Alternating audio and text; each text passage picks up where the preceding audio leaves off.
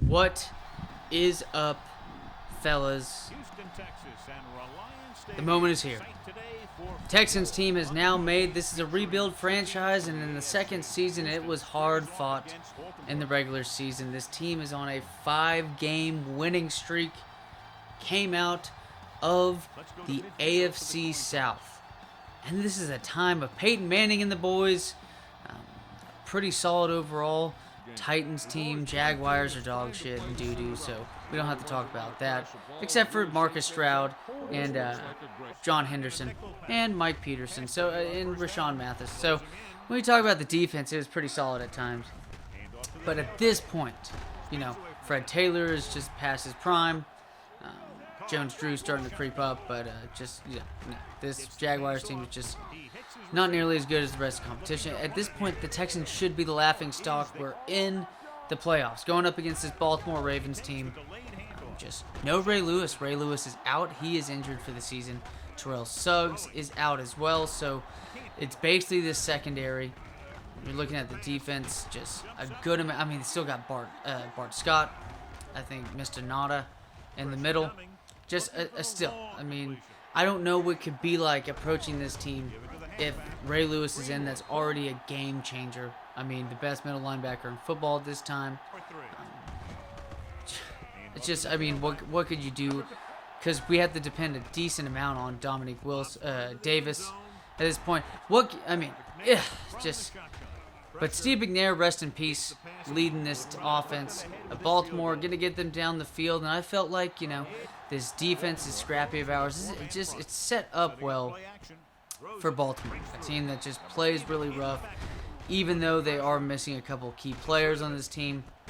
But it kind of seems like at the beginning of this game, Andre Johnson was getting involved quite a bit, which is something you need to have. He's probably the best player. There's a good chance. It's between him and Chris McAllister at this point, since Ray Lewis is off the field.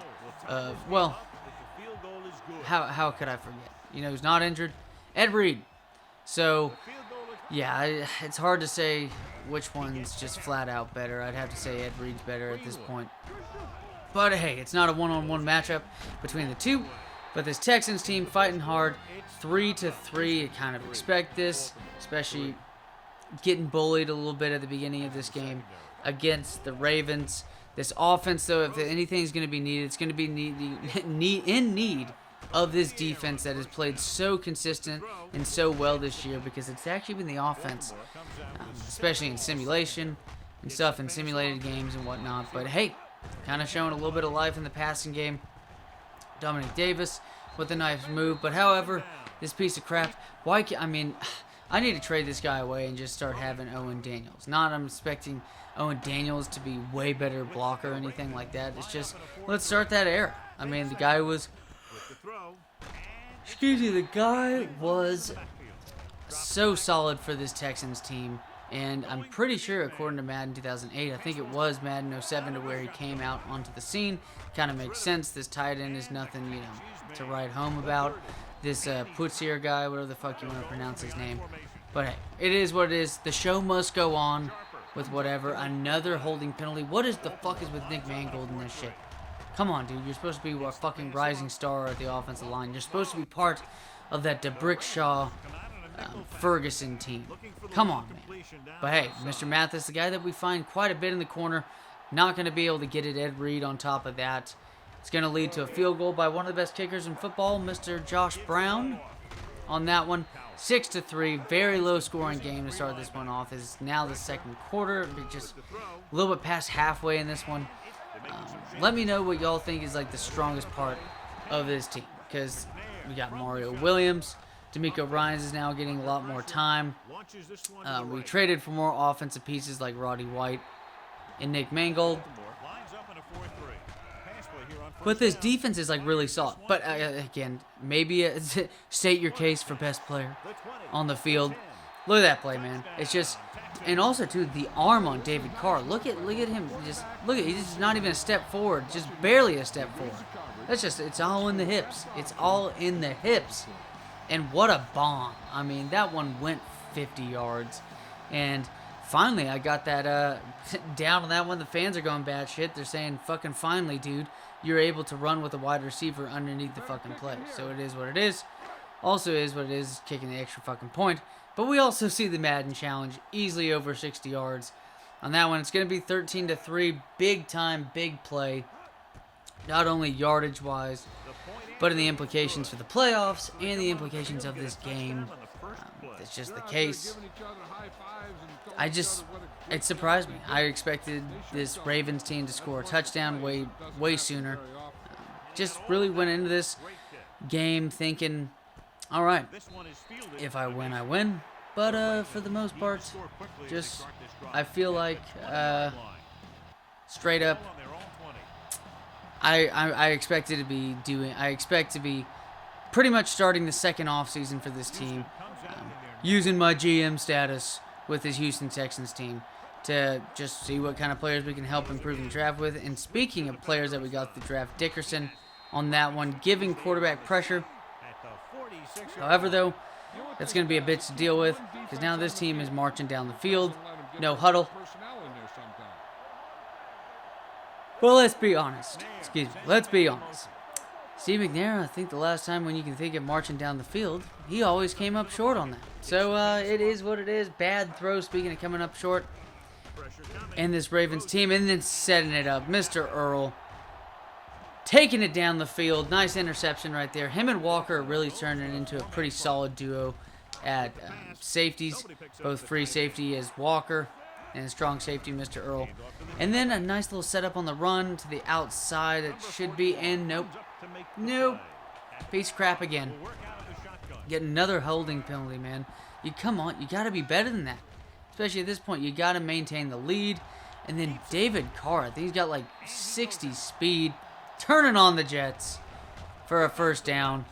And we're going to continue moving it. Then Andre Johnson, speaking of putting, yeah, I mean, that's speed right there. But, unfortunately, Mr. Mangold going to come in again.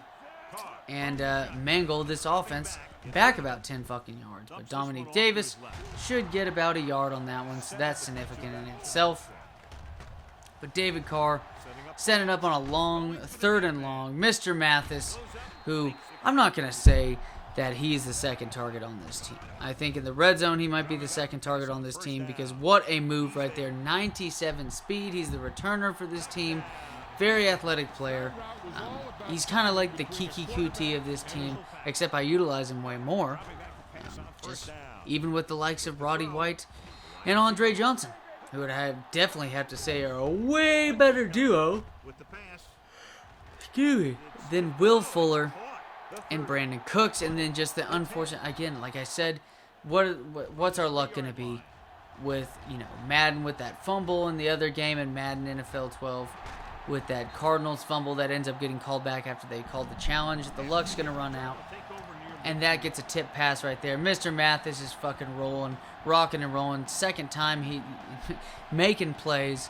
Second time in a row that he touched the ball. Nice return on that one. The fans are stoked. Nice little read right there by David Carr. Setting up for about 12 yards on that one. And then Roddy White down the field. But Ed Reed and company just shutting that down with the hush money. But 54-yard attempt. We saw the 51-yarder not make it for the Bills game. What's going to happen right here? But like I said, one of the best kickers in football. Now it's 23-10. What a hit by the court cog on that one. Beautifully done. But a nice catch by Mr. Mark Clayton. And it's going to be well past the first down line. Steve McNair messing up on that one. Just no functionality on this offense besides that play. Almost picked up by Phillip Buchanan. But what might actually just be an interception, which is totally going to after this tip. Terrible pass. And also, too, I forgot that we talked about Chris McAllister on this team. Guess who the Ravens got in free agency? Charles Woodson. So that's beautiful and dandy. I don't know what could have happened with having to deal with Charles Woodson, Chris McAllister, Ed Reed, Bart Scott, Terrell Suggs, Haloti Ngata, where the fuck, I think that's his name for sure. But that's why I'm kind of impressed by how the secondary is playing. I mean, it totally I love the impression I'm getting from the secondary. So we're getting quite a bit of passing yards compared to what I expected. But there you go, play action. Gonna finally get sacked on the day. But end of the third quarter, up by 10. What can this Texans team do? Definitely the strength of this defense right now seems to be the rush defense. But hey, if we can just turn small little passes instead of just running the football, maybe we'd be a little bit more efficient with it and get this offense down the field way more easily. And it's going to set up for a first down. Nope, not quite yet. But third down conversion, actually going 50% on that one. And guess what the Ravens try to do? Challenges the ball spot. I don't know about y'all, but that's easily a fucking first down. I mean, look at that, too. Look at that shit. Cook gets it. I mean, he's well in front of it. So, but the funny thing is that it gets reversed, but it's still a first down. But they did correct it to where it's still a first down, but it's not that far down the field for a first down. It was a first down, but it wasn't a big first down. It's just like it was so dumb. But Mathis again. Speaking of dumb, I'm sure at that point, I don't even think they have Landry out of LSU quite yet in this secondary with Ed Reed, because this team is struggling quite a bit. It should be 314 yards, 20 completions, 3 touchdowns. He did throw that bad pick, but what a game in the passing game. I mean, 70 of it came through the air and just that one pass to Andre Johnson, but it's been pretty methodical for the most part. Then dropped interception. Could have technically ruled as a drop pass, but whatever. A nice first down by Roddy White. Apologize for the yawning, fellas. I'm trying my best here. But Roddy White on the first down. Less than 2 minutes to go. Pass to Andre Johnson. Again, just having to rely on this passing game and setting up with Dominique Davis. Stiff arm right there. And that's going to do it. With just over, 30-13. Hard-fought game in the first half. I felt that like their defense just was lagging quite a bit. What was it? Their defense was making big mistakes, and they also got Amon Green, no longer having Jamal Lewis or Willis McGahee. Getting an older Amon Green. I'm pretty sure Amon Green was on the Texans before or after this, but we produced them by 180 yards on the day, 337 to 189 by them, 60% to the 36%. Between the two offenses, it did appear that just our offense performed way, way better. Nearly 350 by David Carr against this secondary that was not having any injury issues, that added Charles Woodson to this team. Still got 54 yards out of this man on 11, but 151 on 6 catches, a touchdown, 2 touchdown receptions by Mathis, 6 catches by Roddy White. So, it's going to be hard to feed all those mouths, especially feed all of those mouths like 5-course meals, considering Mathis and Johnson got that. One's going to be left out. Earl with the interception, Charles Woodson with the interception, and 2 sacks, Trevor Price, and Jamie Sharper. I didn't even fucking mention those guys. And Samari Roll. Come on, man.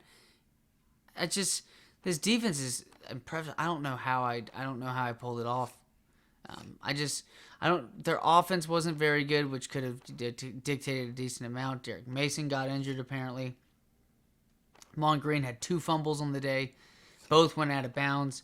Steve McNair not all too sharp, so maybe if it was like 2003 and they had this quarterback and running back, they would have won the championship. I don't know.